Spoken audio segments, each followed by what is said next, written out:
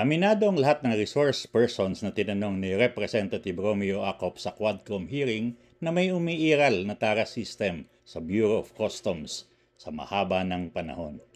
Ang mga resource persons na tinutukoy ay sina Customs Director Emiterio Butong, Customs Prosecution Chief Christopher Buco, ex-BOC Intelligence Officer Jimmy Guban, ex-Customs Broker Mark Taguba, at Customs Police Major Camilo Cascolan Jr. Ang TARA system ay ang lagay ng mga importer sa customs officials para hindi na dumaan sa pagsusuri o inspeksyon ang mga papasok na kargamento sa bansa. Major Cascolan, do you agree na merong TARA system sa customs? Yes, Your Honor. The director, Attorney De Buco. yes. Attorney Buco, Yes. do you agree also that in customs merong TARA system? Your Honor, I have no personal knowledge. I'm not asking whether you have personal knowledge or not. My question is very direct. Do you agree with me that there is such a thing as TARA system in customs? Yung customs police inamin na nga eh. Kayo, ano po? Yes, Your Honor. Yes. Okay, thank you.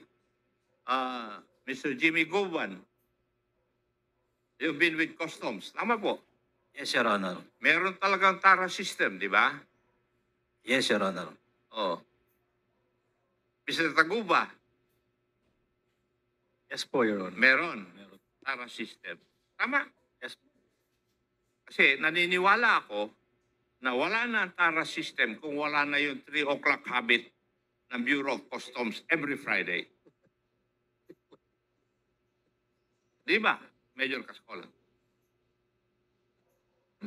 Can you come again, sir? I was just writing. I could not. I was unable to Ako, maniniwala na wala ng TARA system sa customs.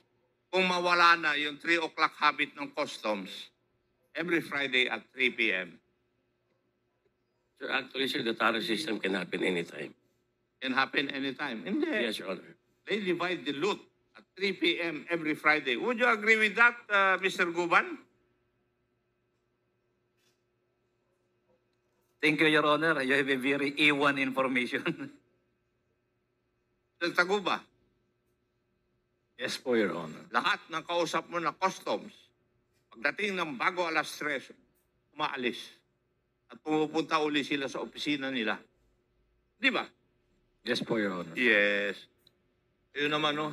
Kaya may TARA system talaga, attorney. Pero I'm telling you frankly, I've never been to the office of the customs. Malapit na ako mawala rito sa mundo, hindi pa ako nakapasok sa opisina ninyo. I have never had any transaction with customs. Pero ito, yung mga information na serbisyo pa ako, up to now, these informations are coming to me. Totoo.